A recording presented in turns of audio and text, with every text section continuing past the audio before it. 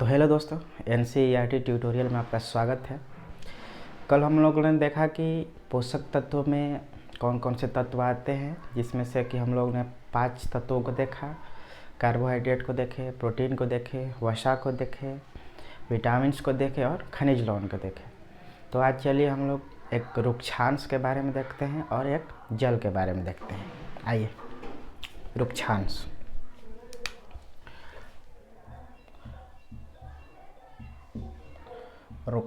रुक्षांश को इंग्लिश में रफेज बोला जाता है। रफेज, इसका और नाम आहारी रेशा भी है।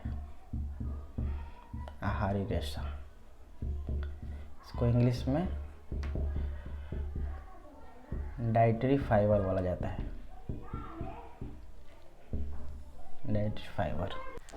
देखिए, यानी रुक्षांश क्या है? रुक्षांश हमारे शरीर को कोई पोषक तत्व तो नहीं देता है, लेकिन ये फिर भी क्या है कि हमारे भोजन का एक आवश्यक अवयव है।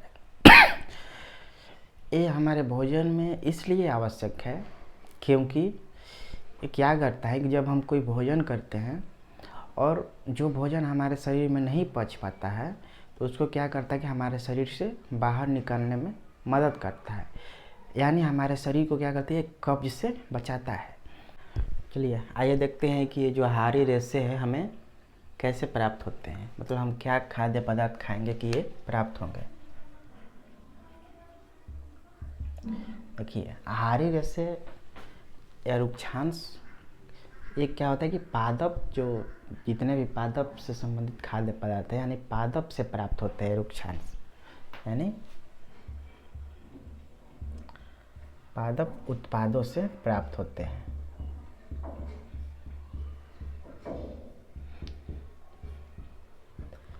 यानी रुक्षांश हमें कैसे प्राप्त होता है? तो पादप उत्पादों से। जैसे एग्जाम्पल के रूप में आप देख सकते हैं, जैसे देख लीजिए, दाल देख लीजिए, ताज़ा फल देख लीजिए, ताज़ा फल, सब्जी और साबुत गेहूं के दाने। साबुत गेहूं का मतलब हो जाएगा छिलका सहित गेहूं।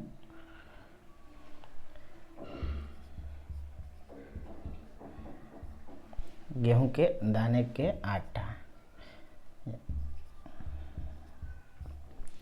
यानी आप ये सब खाकर क्या कर सकते हैं कि अपने शरीर में रुक्षांश या आहारी रेशे को बढ़ा सकते हैं और अपने पेट की जो कब्ज की समस्या हो उसे क्या कर सकते हैं कि दूर कर सकते हैं। देखिए, इसका अगर काम देखें तो यह हमारे शरीर में क्या करता है कि अपचित भोजन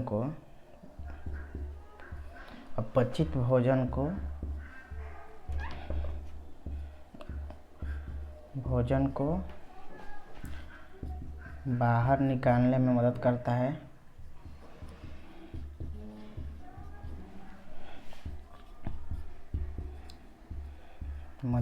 है। दूसरा पॉइंट एक हो सकता है कब्ज रोकता है।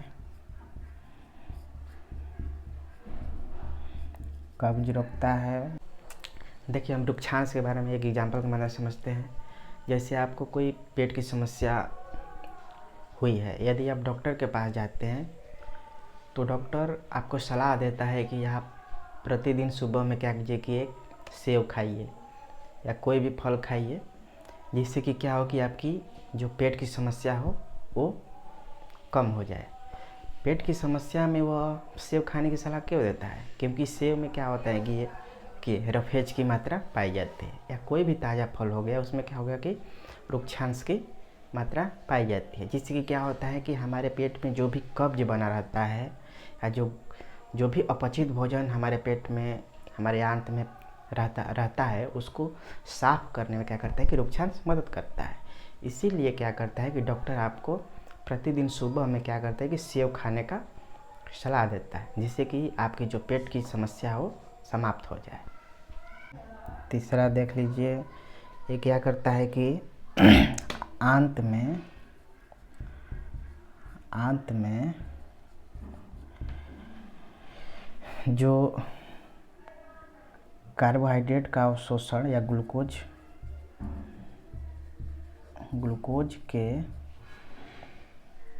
अवशोषण को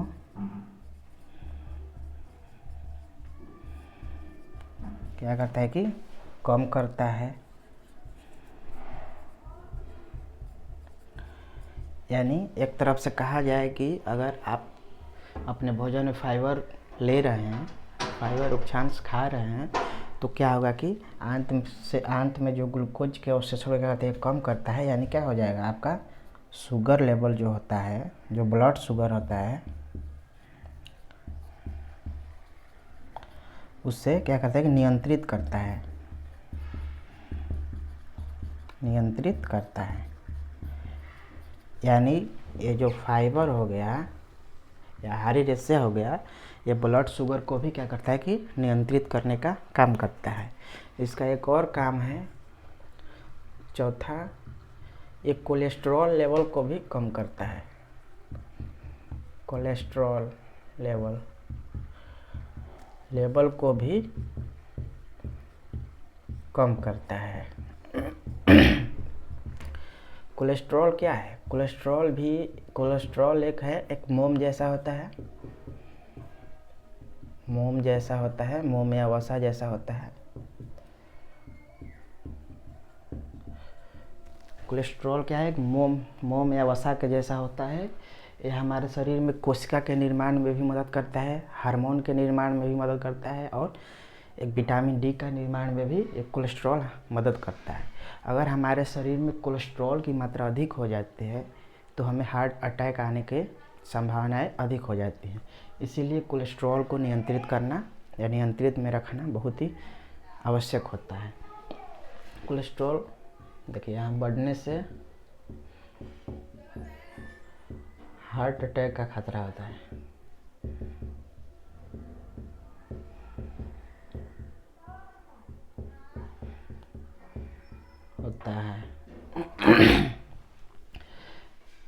चलिए, तो यहाँ हम लोग क्या किए, रुक्षांश के बारे में देखे। आशा करते हैं कि रुक्षांश के बारे में आप लोग को समझ में आ गया होगा। देखिए, जल भी क्या करता है कि जल भी हमको क्या करता है, डायरेक्ट पोषण नहीं देता है। जो हम लोग जैसे भोजन करते हैं तो भोजन से जो हमें पोषक तत्व प्राप्त होते हैं, जैसे क्या हो गया, प्रोटीन हो गया, कार्बोहाइड्रेट हो गया, वसा हो गया, विटामिन हो गया, खनिज लवण हो गया, इन सभी को क्या करता है कि हमारे शरीर को अवशोषण करने में, मतलब अवशोषित करने में मदद करता है, समझे। यानी जो हम पोषक तत्व भोजन के माध्यम से प्राप्त करते हैं, उसको हमारे शरीर को अवशोषण करने में यह जल क्या करता है कि मदद करता है, समझे। यहाँ पे देखिए, पॉइंट देखिए कि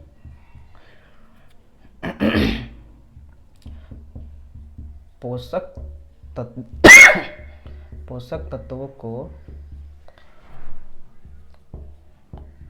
हमारे शरीर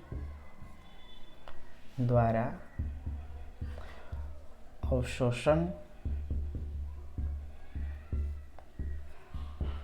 करने में, चाहे इसको ऐसे लिख सकते हैं कि पोषक तत्वों को अवशोषण करने में हमारे शरीर का मदद करता है।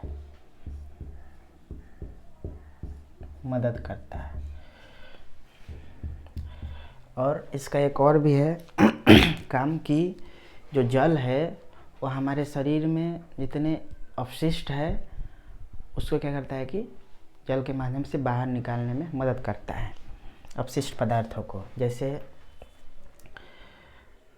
जल क्या करता है, अपशिष्ट पदार्थों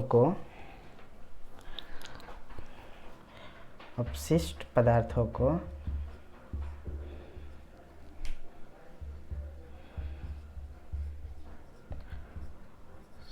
शरीर से बाहर निकालने में में मदद करता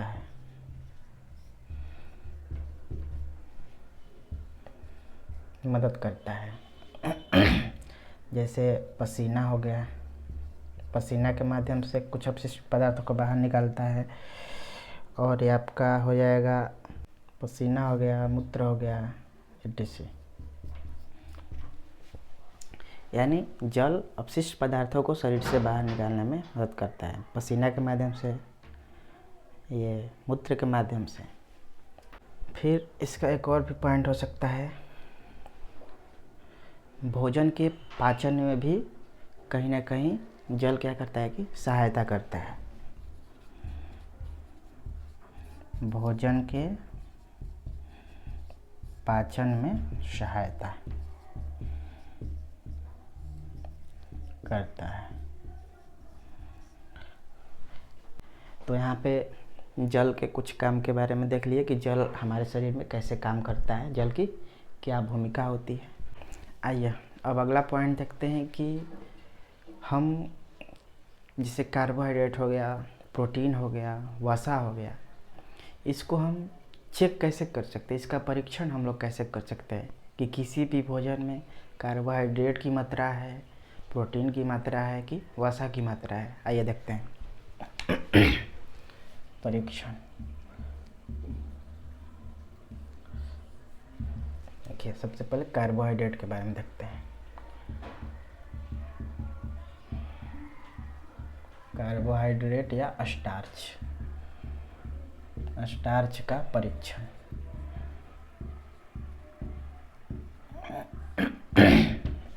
देखिए कार्बोहाइड्रेट का परीक्षण के लिए क्या कीजिए कि आप भोजन का कुछ भाग लीजिए।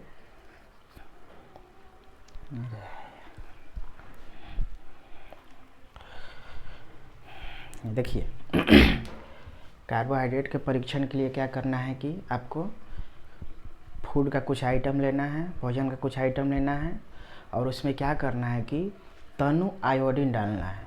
तनु आयोडीन का क्या कहते हैं कि विलयन उसके ऊपर डालना है। तनु आयोडीन का मतलब है कि आयोडीन का विलयन हो गया, उसमें क्या कीजिए कि उसमें थोड़ा पानी मिला लीजिए जिससे कि वो तनु हो जाएगा।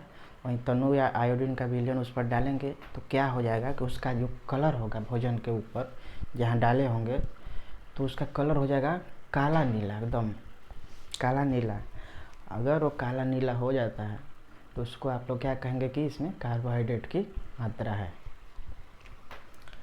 देखिए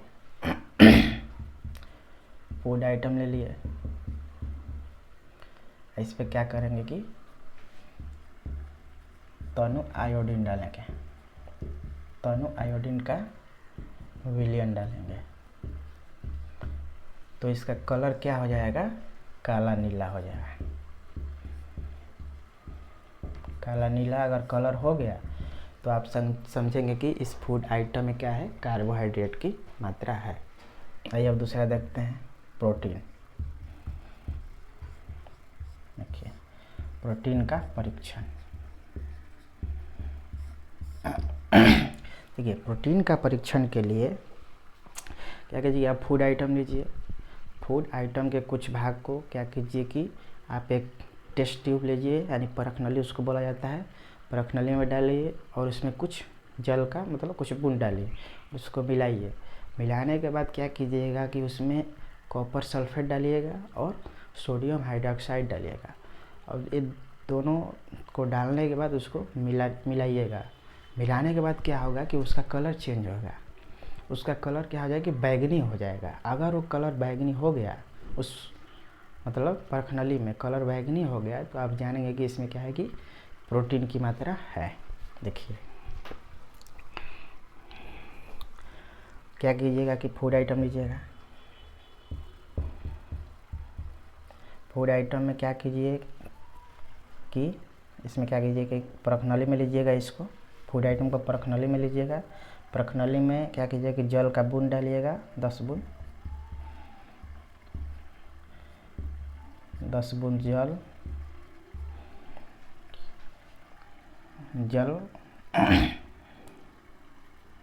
लीजिएगा। जल लेने के बाद फिर उसमें क्या कीजिएगा कि CuSO4 डालिएगा, कॉपर सल्फेट, फिर उसमें NaOH डालिएगा। NaOH यानी सोडियम हाइड्रोक्साइड, इसको कास्टिक सोडा भी बोला जाता है।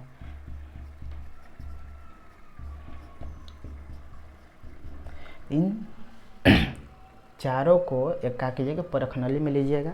परखनली में ले जाकर अगर उसको मिलाएंगे, मिलाने के बाद क्या होगा कि इसका कलर, इसका फूड आइटम का कलर क्या हो जाएगा, बैगनी हो जाएगा। बैगनी हो जाएगा यानी अगर बैगनी हो गया तो आप समझेंगे कि उस फूड आइटम में क्या है कि प्रोटीन की मात्रा है। समझे? अगर बैगनी रंग हो गया इसका फूड आइटम का तो आप जानेंगे क्या कि इस फूड में प्रोटीन की मात्रा है। और यहाँ देखिए वसा, तीसरा वसा। वसा के लिए आपको क्या करना है कि फूड आइटम लेना है और उस फूड आइटम को क्या करना है कि सीधा एक कागज़ में क्या कीजिए, लपेट दीजिए। उसको पीस कर, या अगर देखिए अगर जैसे समोसा हो गया, समोसा को अगर आप कागज़ में लेते हैं तो क्या होता है कि कागज़ के ऊपर तेल का धब्बा बन जाता है, यानी हम उसमें जानते हैं कि यानी यहाँ पे क्या है कि वसा की मात्रा है। तो वहीं इसमें भी क्या करना है, वैसे ही करना है हर चीज़ में। अगर आसानी से अगर वसा प्राप्त हो जा रहा है तो डायरेक्ट भी आप कागज़ में रख सकते हैं मोड़कर, नहीं तो क्या कीजिएगा कि फूड आइटम को पीस कर उसको कागज़ में क्या कीजिएगा, लपेट कर रख दीजिए। और कुछ देर बाद उस पर देखेंगे कि कागज़ के ऊपर तेल का धब्बा जम जाता है। तो अगर वैसा हो गया तो हमको क्या जानेंगे उसको कि वहाँ पे उस फूड आइटम में क्या है, वसा की मात्रा है। तो आशा करते हैं कि आप लोग को जो ये कार्बोहाइड्रेट, प्रोटीन और ये वसा का परीक्षण का प्रक्रिया बताए आपको समझ में आ गया होगा।